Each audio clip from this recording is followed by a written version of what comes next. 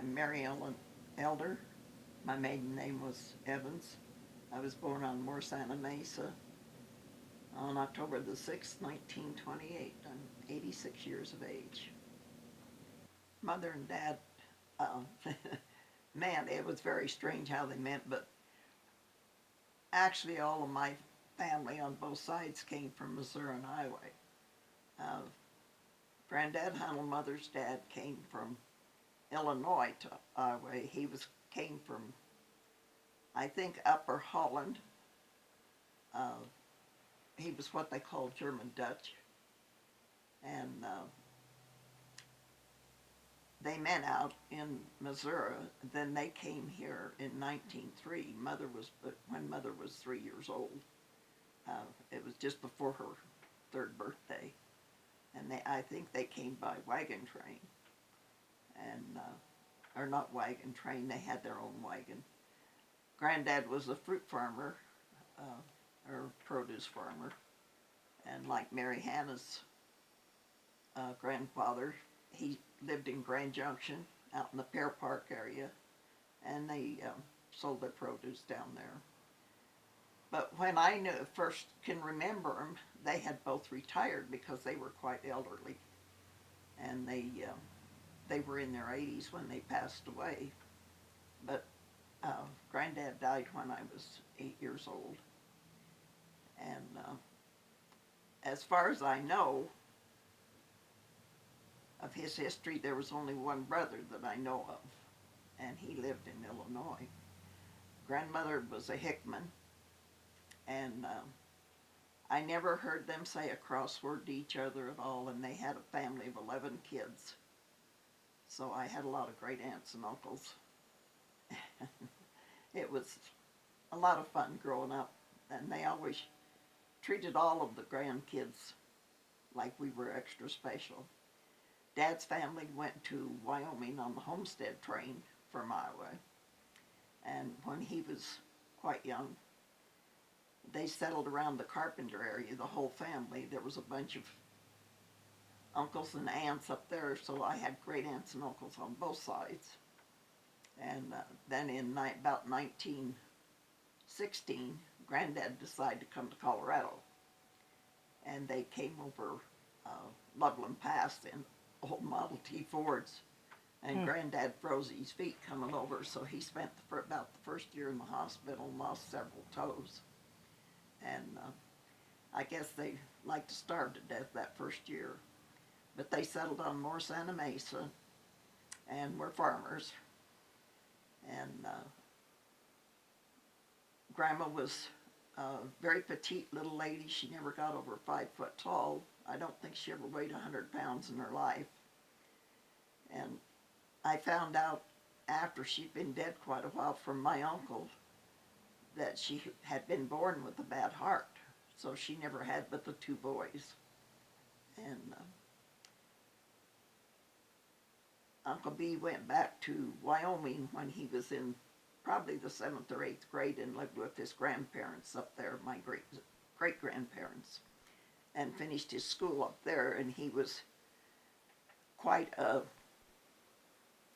person in the Carpenter area. He has a park named after him up there, and he did a lot of donation work and stuff. He ran a garage for John Deere tractors, and any tractor they'd bring into him, he could find a part to put it together. And finally they took the John Deere agency away from him because he was working on everybody's tractors, whether they were John Deere or not. And Mother and Dad met in the dewberry patch, which later became Eames's Orchard, and that was on Moore Santa Mesa. Dad was the orchard boss, and Mom and her sisters came up from Grand Junction to pick berries, and the rest is history. Well, after I was through the first grade, I grew up partly on Moore Santa Mesa. Dad was a National Guardman at the time, and for a while, and we were at Canyon City. He was a guard at the penitentiary. And but when I started school, we were all over the Colorado because of the Depression. And Dad was trying to make a living for the family. And I probably went to 12 different schools in the time. I did all my high school here at Rifle. I went to second grade in Rifle. But I did start school on More Santa Mesa. I was in Grand Junction. We were in Trinidad. We were over at Oak Creek.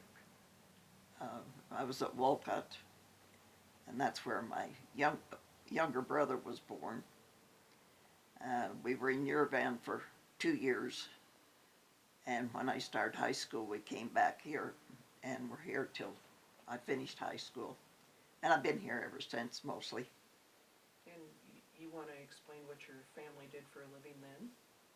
Well, Dad did a little of everything. He did coal mining, he did construction work, he washed dishes in a restaurant, whatever he could find to do. Mother was mostly a stay-at-home mother, except for the fact that she did do some nursing, and she delivered quite a few babies and stuff before the doctors ever got there when we were out in the countries. Dad finally, they settled here and had 2 filling stations after he got out of mine. And then they opened the laundry, and we were in the laundry for 19 years. He worked for Chevrolet Garage as a part man. Mom worked for J.C. Penney's. And at one time we were all working down on the main street. Dad was at Chevrolet, Mom was at Penney's, and I was working for either Dr. Claggett or a restaurant. And we'd all meet and walk home together. What time set would that have been, Mary? Well, that was, part of it was while I was still in high school, and a lot of it was right after I got out of high school in 46. Okay. So that was during the war. Yes. Do you have troop trains go by here? We had troop trains go by. The Navy came in and started the oil shale plant during the war out west of town where Anvil Points was at. Troop trains would stop down here, and a lot of times ladies would be down there with cookies and stuff to hand to the boys. I was fortunate. I got to meet 2 presidents. I met Roosevelt, and then I got to meet Truman later. But we'd go down a lot of times just to wave to the boys. They'd go through, and we'd stand down there and wave to them. Interesting stories about when the soldiers would come to town on leave. You want to expound on that? It was kind of funny because Adams' bar at that time was downstairs, and you could walk downtown, and those stairs would be lined up with service people sitting there, and they would come from, of course they had the hospital at Glenwood and Camp Hale, and they would come down from those. Our house was virtually an open house. You never locked the door back then. And we got to the place where the servicemen would come down and spend the weekend with us, or if they get free for a night or something, they'd come down. And we'd go home from work. The house would be all straightened up if we hadn't had time to do it. They'd have supper on the table. We'd make ice cream out in the front yard, and here we'd had the clothesline, and here'd be sailor, soldier, Marine, whatever, caps hanging on the clothesline. And the boys would throw down pallets at night and just fall to sleep. A lot of them were wounded very bad. One of the boys, I remember going to a dance at the Oddfellows Hall, and they had been tormenting me because they always called me Little Sis. And this one boy particularly loved to torment people. Well, for some reason, I took it wrong that night and got kind of huffy about it. Dad bawled me out about it. But he come over, and he was from the hospital in Glenwood, and he come over and he says, "Sis, would you take my midi off?" That was after we got to the house. And I says, "Take your own midi off." And Dad really chewed me out over that. He went over and helped the boy take his midi off, and come to find out he had been parachuted out of a plane and they had machine gunned him across the middle, and his arms had both been machine gunned, so at that time he couldn't get his arms above his head, and to pull his own mini off. He later went back to the war. He became quite fit and went back. In fact, a couple of boys that was wounded pretty bad that used to come to our house went back in. I never did hear from him after that. We always wondered about him. My brother was in the service. He was a Seabeer and did engineering. A lot of my cousins were in the service. For folks that don't know what a CB is, you want to tell them? Well, they did the engineer work in the service for the different outfits. They'd go in and build bridges and things like that. I'm not sure just where all these served. Of course, everything was censored and private at that time. You got V-mails once in a while from the boys. Mm-hmm. And, of course, your ration books and stuff. At that time, we had during the war, we had a filling station down where John's Liquors is at now. And people, if they happen to have an extra coupon, would bring in the coupons for us, and if the boys come to town, Dad would always let them have the gas so that they could have somewhere to go. My folks were very giving. They would give you the shirt off their back if they thought you needed it. That's why we never had anything. He was, like I said, in the CBs, and he was still in school when he enlisted. He and the principal had been having, or superintendent had been having problems, and so he went ahead and went into service. And he got home the night that they were graduating. Well, he had been home one day when they graduated his class. And he'd already finished his tests and stuff, so he was eligible for his diploma. And he went in his uniform. Of course, back then you had to wear your uniform all the time. You were out in public. And the superintendent wasn't going to let him go up on the stage. And he almost got ran out of town over that because everybody was having a fit. And there was two of the boys came back. I think the Story boy was one of them, Wayne Story, Mm-hmm. and graduated that night. And when the boys got their diplomas, everybody in the place stood up and hollered for them and clapped. It took them about 10 minutes to get them quieted down to finish up. But it was, Bill was always a rebel, even to the day he passed away. And I do have two brothers dead now, and one living. I have a sister in Arizona, but my brother's in California. His name? Give names, would you? My sister's May Page in Wickenburg, Arizona, and my brother's Paul Evans, and he and his wife live in by San Jose at Morgan Hills. And their son and his family live out there. His daughter is back in West Virginia, and her name is Sherry. And my sister had an only son, and he's passed away. He was in the Agent Orange in the service and died a horrible death.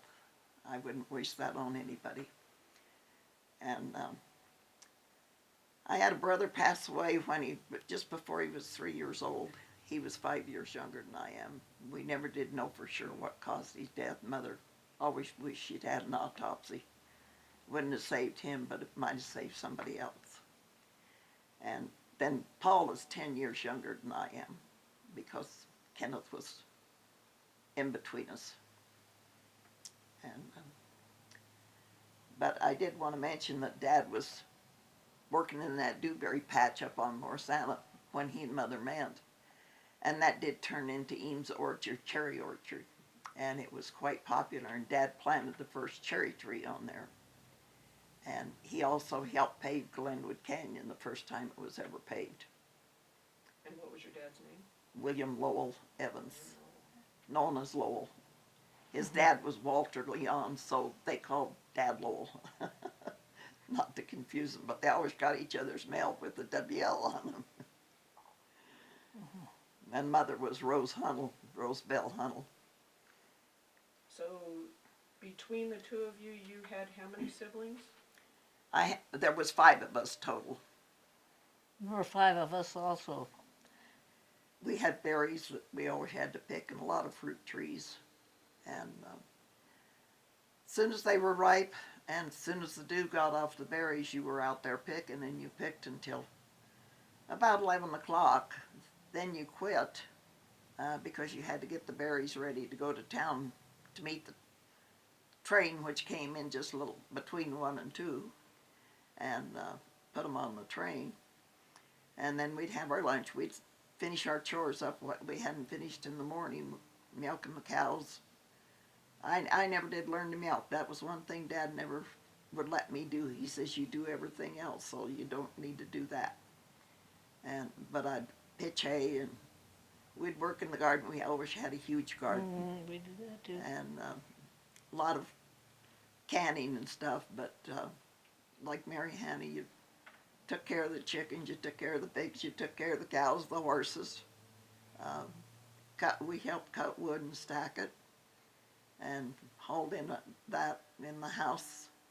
I always helped Mother with the cooking, making beds, cleaning the house. I can remember when I was just barely big enough to hold a broom, I was trying to sweep the floor.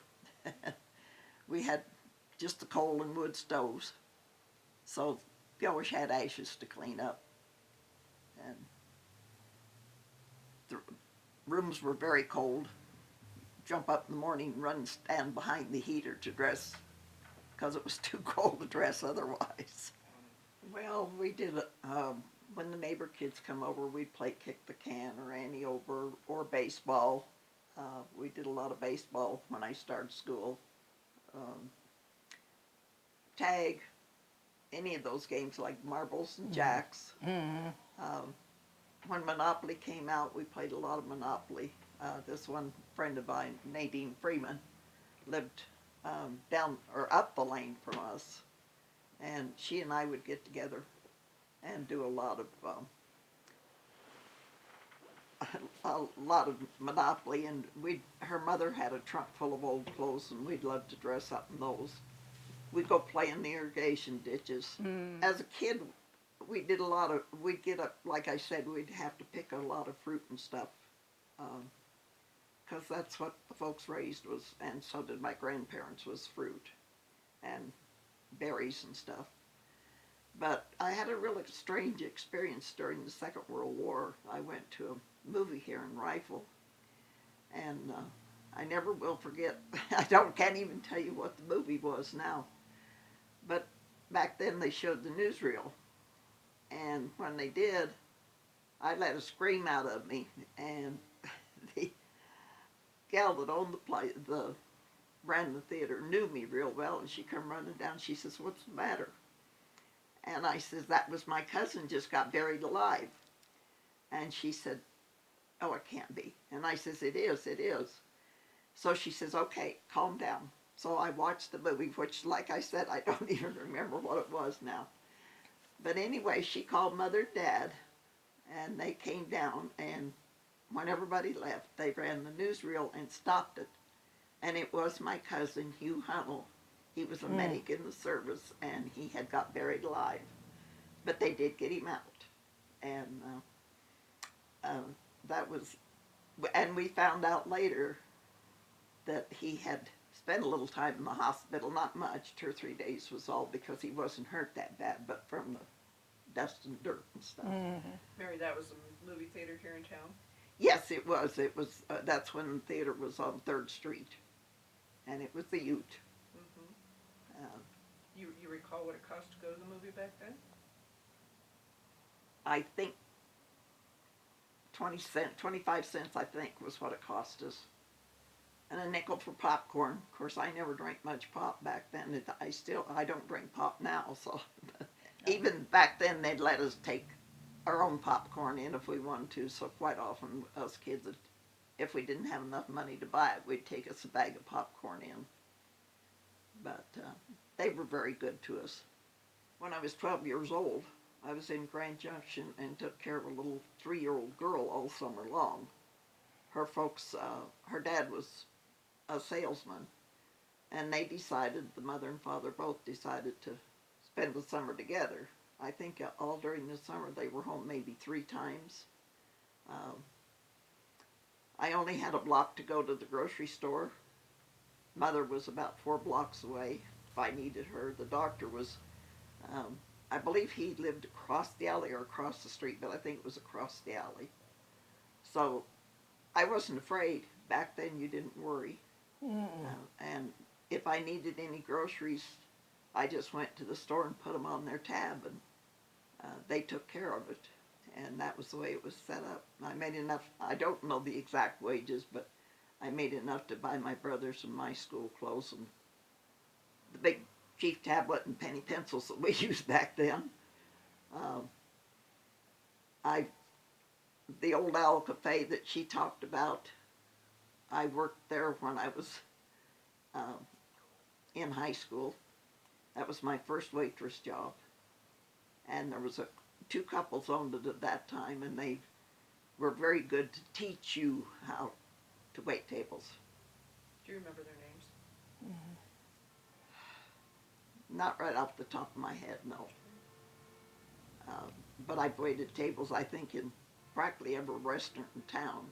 At that time back then, there was Adams and Max and Bake Morris's. And I think I waited in all of those. I worked for Kent Wilson in his toggery for a year. Worked in the Elks Lodge, ran it for 6 years. Then I worked for the police department, and that's where I finally retired from. And I didn't retire. I worked for the Chamber of Commerce and other places since then. We didn't have a lot of cows. We just raised mostly for our own use, like Mary Hannah. We did sell a calf once in a while, but usually just the cream went to town with the eggs, extra eggs and stuff. You talked about it going to town. Was there a creamery here in town? There was a creamery here in town, but I lived in up on Morsana at that time, and we'd put it on the train or take it to the store, and they had. Where did you take it? Down the to train? Bailey's store in Grand Valley, In Grand Valley. Okay. and the daughter of Bailey's lives up in the housing now, and I still have some plates. Mr. Bailey used to give them out at the end of the year when you paid your bill after your crop came in. He had these plates that he'd give you, and they had the year around them.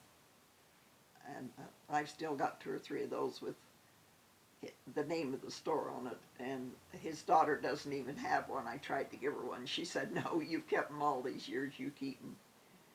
But I used to work in the hayfield, but I didn't run the machinery like Mary Hannah. I was usually cooking meals at that time. But when it come time to pitch the hay on the wagon, I'd be on the wagon, and the boys would pitch the hay up, and I'd stack it on the wagon. And then I was the top stacker on the haystacks because the boys couldn't make the hay stay stacked right, and wind would blow it off. So I always got to top out the stacks. And it was fun. I enjoyed doing it. It was hot, dirty work, but We didn't care, did we? no, it was fun at that time.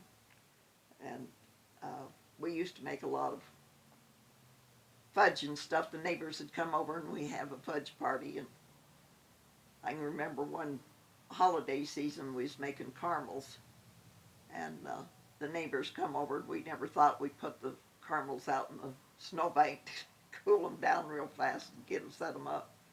And the dog got into them. They burned his mouth, and he went yipping all over the place, but he never bothered caramels again.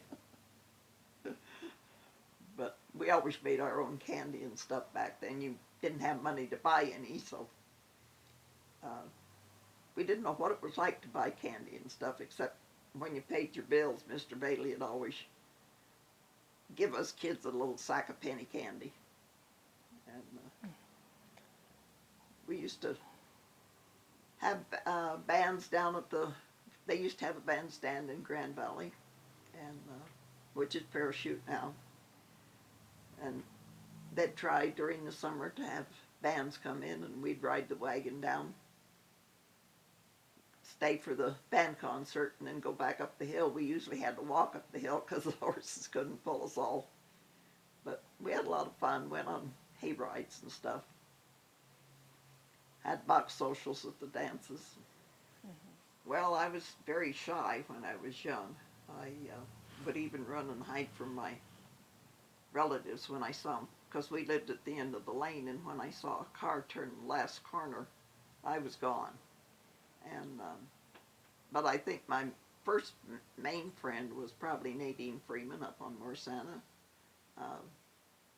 We went to first grade together, and she came to high school up here too. I can't remember, seems like she was only here a year or two, but I saw her when her sister passed away about 2 years ago. It was the last time I've seen her. She lives over around Denver. But we were very close growing up. And yeah, all the kids at school were friends. You just, like Mary Hannah said, you were one big family wherever we lived. And around here, the whole town was your friend, because it didn't take the town to raise you, but a town did raise you, because if you went to town and got hurt, you were taken care of. Then your folks were notified. I mean, they didn't have to wait around for your folks to come and give their okay. You were taken care of. And I don't know, it was just so different back then than it is now, because you just took care of whoever needed taken care of. I went to work so young that I usually had my own money, but I always gave the biggest share of it to Mom and Dad. And that way I paid for my own clothes and things like that, my supplies. But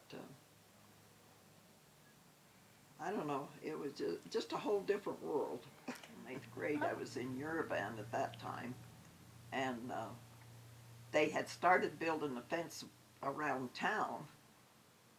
Of course, this was when the war had started overseas, and I didn't realize at the time that some of the stuff for the atomic bomb was coming from Yerevan. But in order to go to school, we had to wear badges to get in, because the school was behind the fence.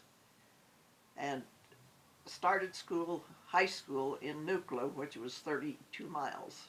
We could always get to school, but the bus broke down practically every day, so we usually had to walk about 2/3 of the way home. And the dads would, when they get off work, some of them come hunting us. We load the car as full as we could get and then take off for home, and the other dads would go pick up the rest. And then where we lived out in, well, it was called Tent Town to begin with, and then Navaroo, which was Yerevan spelled backwards. And we had to walk 2.5 miles to get to town to catch the bus. If we got up early enough, we could ride the miners' bus in. But then when the war started, well, I had started school, like I said, in Nuclear, and in November the company sent us back here. And I had lost my mother's mother, my grandmother, that summer. We had taken care of her. Got back, and the folks was up here hunting for a house to live in Rifle. And I had fixed lunch for the up on the ranch, up on Grandpa's farm. And Grandma was in bed sick. And while we were eating lunch, I just looked at my mother and I says, "Mom," and just tipped my head over to the side, and Grandma was gone. And that was really hard on me, because we had been very close. Then we moved on up here and lived out north of town for a short time, and then the folks bought the house where I live at this time. And I've lived there off and on all the rest of my life. My first husband I met in Dallas, Texas. I was there for 2 years. And I left him down there. I didn't want him. So, but I was pregnant with a child when I came back home. And he was born in the house where I live now. And my second husband was Harry Elder, and I married him here. Well, we got married in New Mexico, but we lived here. He worked on the railroad, so we traveled part of Utah and Colorado, all over. And when the kids started school, I told him I wasn't going on the road anymore except in the summer, since I would not do that to my kids, what I had done. Having to go from school to school, it was too hard on you. And especially my oldest son, because he was shy like I was, which we're not anymore, thank goodness. But I finished school here, and I did graduate on the National Honor Society. And then I started my working from here and there and everywhere. Well, they went to school full time here too, because I just did not want to move them like I'd been moved. The folks had the laundry, and we lived catty corner across from the folks for a time, and they were at their house as much as they were at mine. But they knew they could go to either place and find out whatever they needed. Mother was real good to them. She always kept fruit and stuff for them. The only stipulation was that they leave her something for breakfast. And they knew sometimes that they always had safety, because if I was working, the folks looked after them. And then I'd help the folks with the laundry and stuff. But they worked out. When they got old enough, they'd go out and buck bales in the hayfield. They, like Mary Hannah's kids, they knew where that money came from because they had to earn their own. Bill sold grit paper for years, and one woman told him that he could sell a refrigerator to an Eskimo. So he was a pretty good salesman, but he was my bashful boy too. But all the older ladies in town seemed to love him. They just took care of him and asked him in for hot chocolate. But he made it enough money to buy his own bicycle. And then when they got old enough, they bought their own vehicles, and they paid for their own insurance. I couldn't do it. And they did take care of that. They were very good at it. They both went to the service. They were both in the Army. And Bill was a scout, and oftentimes he would be sent behind the lines with no identification on him. He couldn't have ID when he went behind the lines. And I would send mail, and it would come back. And the next time he'd get it. And I kept asking him what was wrong. Well, of course, he couldn't tell me, so when he came home, he finally told me. He said that was when he was behind the lines, and he was nobody back then, because he had no ID. And but it was very stressful, because I'd get all these letters back, and I'd send you packages, and they'd come back. You always wondered what was going on. So did the boys do all right in the military, or did they end up injured in any way, or? Bill was hurt. He lost part of his hearing. There was a woman come into camp carrying a baby and expecting a baby. And she got in the middle of camp and got blowed up. They had her bombed. And I have a picture of the crater where the bomb went off. And he was close enough that it injured his ears a little bit. He had rheumatic fever and polio both when he was young.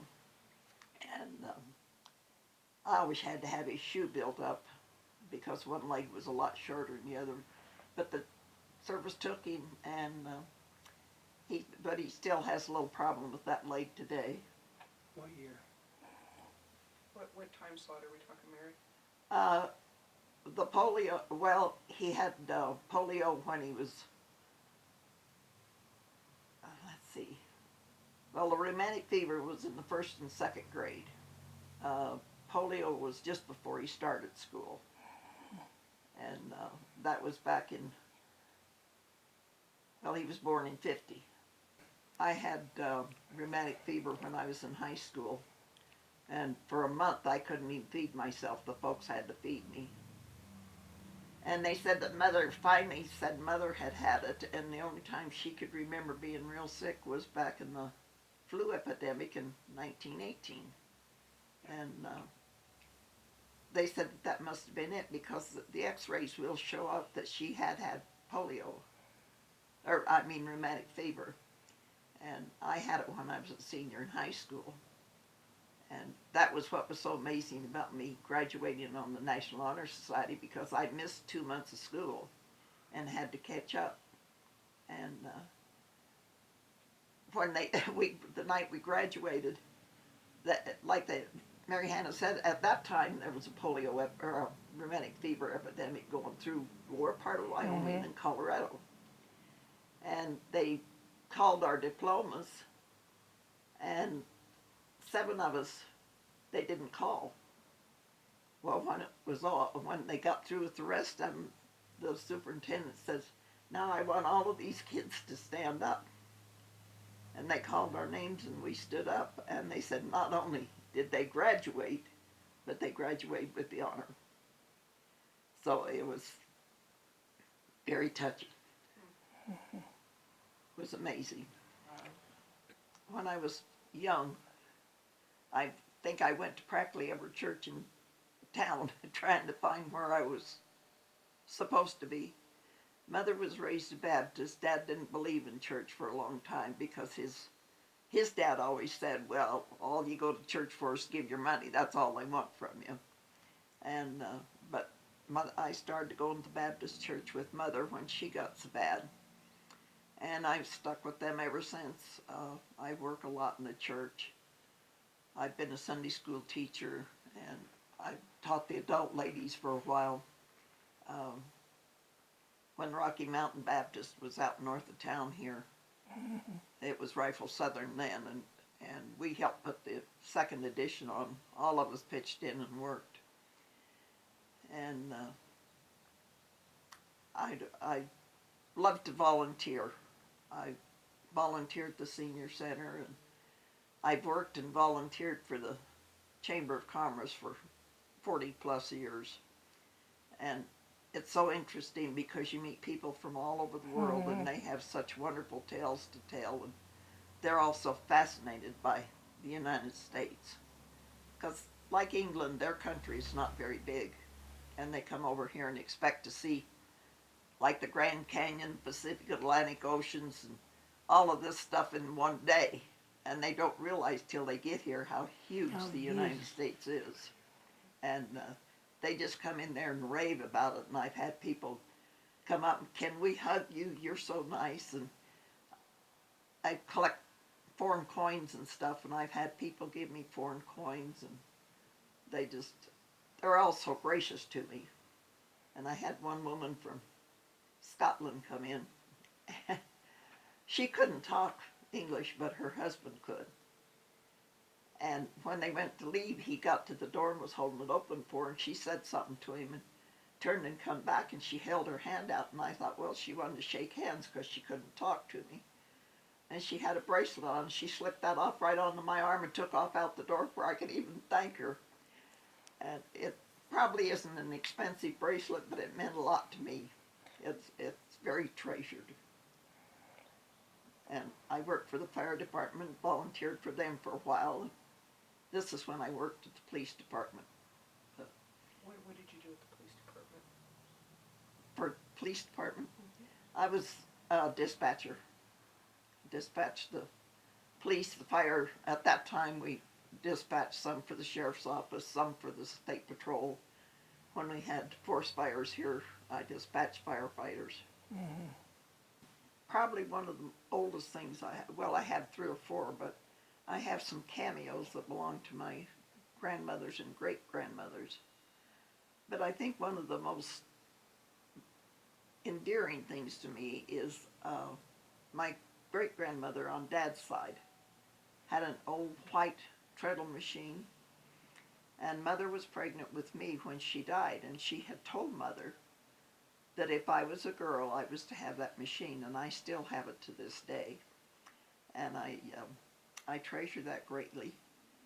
And I did want to throw in something about Dad's mother, which I did not realize till didn't even think about it till she was gone. But when I was about 5th grade, I think it was, Grandma and I were the same size. And I did not have a coat to wear to school that winter. And the folks had been out of work and didn't have any money to buy one, so I was going to have to wear this little old short coat that I had grown clear out of. Grandma went to her closet and got a beautiful coat and brought to me. And I didn't realize till later that was Grandmother's good coat. And that means so much to me. Those are the kinds of things. It was very endearing, and I thought it was, of course, like I said, I didn't realize at the time. But Grandmother did come from a family of which I didn't know until about 5 years ago, and I think Kath can attest to this. I had a distant cousin get a hold of me and wanted to do a family history. And I now have that history book, and Grandmother came from a family of 13 children. And I did not know she had but one other sibling all the life. It was all this stuff I learned after she was gone. But I have the original plat from their land they owned out in Iowa.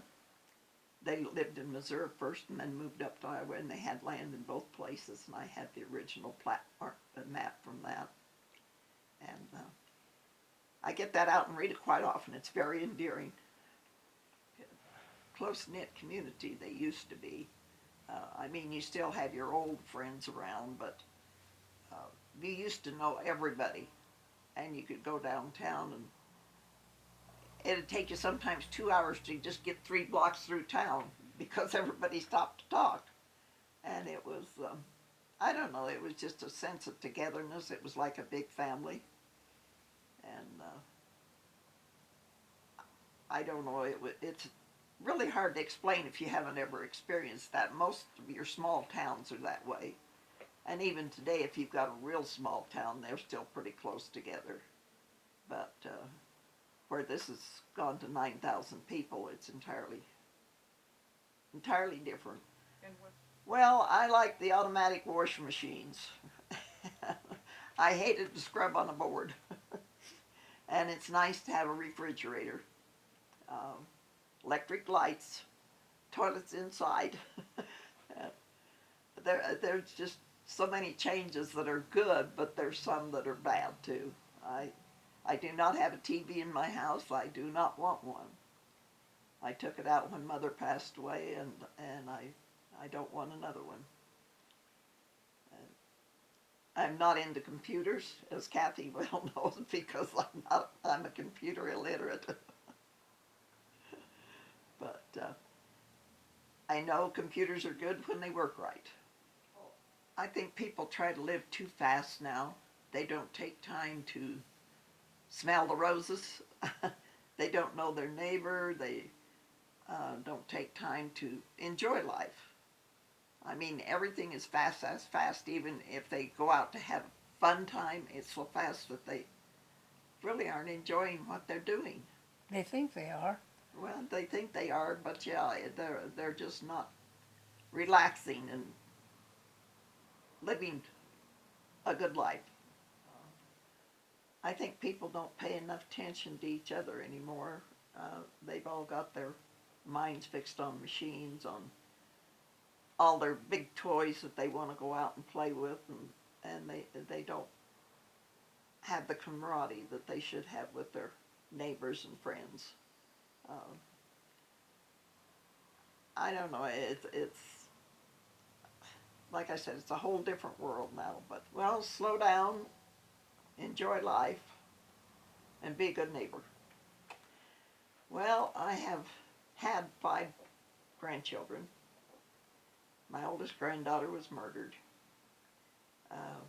My youngest granddaughter lives out in Tennessee.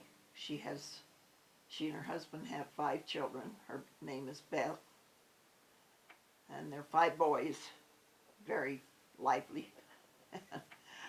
My oldest grandson lives in Grand Junction. His name's Caleb. And he and his wife Connie have 1 child, Caton. My middle grandson, Andrew Elder, lives in Denver. He has 4 children. One of them is out of high school. The other one will be, he's a junior, I think, this year. His youngest daughter has sugar diabetes, and I think she's a 2nd grader this year. I never get to see the other daughter because her mother has kind of divorced herself from our family. He's had 3 wives. My youngest grandson is just getting married. His name is Sabin Carroll, and he's getting married the last of May this year. And he's 28 years old. Taken this long to find a wife, and he went to the 2nd grade with her, so they have known each other. They've gone together, well, they've been engaged for over a year now, and they've gone together for about 2.5 years. She has been married. She's got a set of twins. I believe they're around 10 years old, and then a daughter that's probably 12. I've never met them, any of them, but hopefully, Lord willing, I'll get out to the wedding. We're planning on it. And my granddaughter, Beth, her middle child has had cancer. He's lost an eye, and he did that before he was a year old. Almost lost his life. And he will be in a program in Children's Hospital out there the rest of his life because he has a very rare gene. He's the only one known to have that particular gene that's not like it should be. There's other children with other genes, but he's the only one with that particular one. And he gets along very well. When he was tiny, he used to take his glass eye out and play with it, and then the other boys would have to go find it for him. But he still has after effects of his chemo treatments. Once in a while it'll flare up on him, but he does very good as a rule. And so far, the 3 older boys are all in school, and they do a very good job. And they're all musical, thank goodness, because the only thing I used to do was sing. But and they seem to be pretty intelligent. They're all getting good grades, which I'm very proud of them. As a kid up on Morsana, there was a gully off over the edge of Grandfather's place, and he was a lease farmer. It belonged to one of the Eameses, but they lived there from the time they moved to Colorado until after Grandmother died. And after the log cabin syrup started coming out in the little log cabins, my Aunt Mary would save those for me, and I would take them down over the hill. And there was a bunch of big rocks down there, and that was my village. I'd set it up and used blocks for cars and stuff, and I had me quite a little village set up down there, and I used to have a lot of fun going down there. And in the wintertime, I'd play in the corn crib when there was room for me to get in there. But Explain what a corn crib is. a corn crib was a big shed that we stored the corn in for the cattle. And we didn't shell it, we just threw it in there, ears and all. And then we had a hand sheller that we'd go out, and that was part of our jobs. We'd go out and shell that corn to give to the cattle. And but I would go out there and play. It was usually pretty cold, but I'd dress warm. If it was too cold, I'd have to stay in the house, but it was a lot of fun. And I was a solitary person a lot because I was so bashful. Well, because I was so skinny, I was long legs, ladder legs, spider legs, whatever. Just anything they come up with skinny on it. Well, they called me Mary Ellen because I'm named after both grandmothers and after both Aunt Marys on both sides of the family. But after I got out of high school, people started calling me just Mary. Reason he took a liking to me.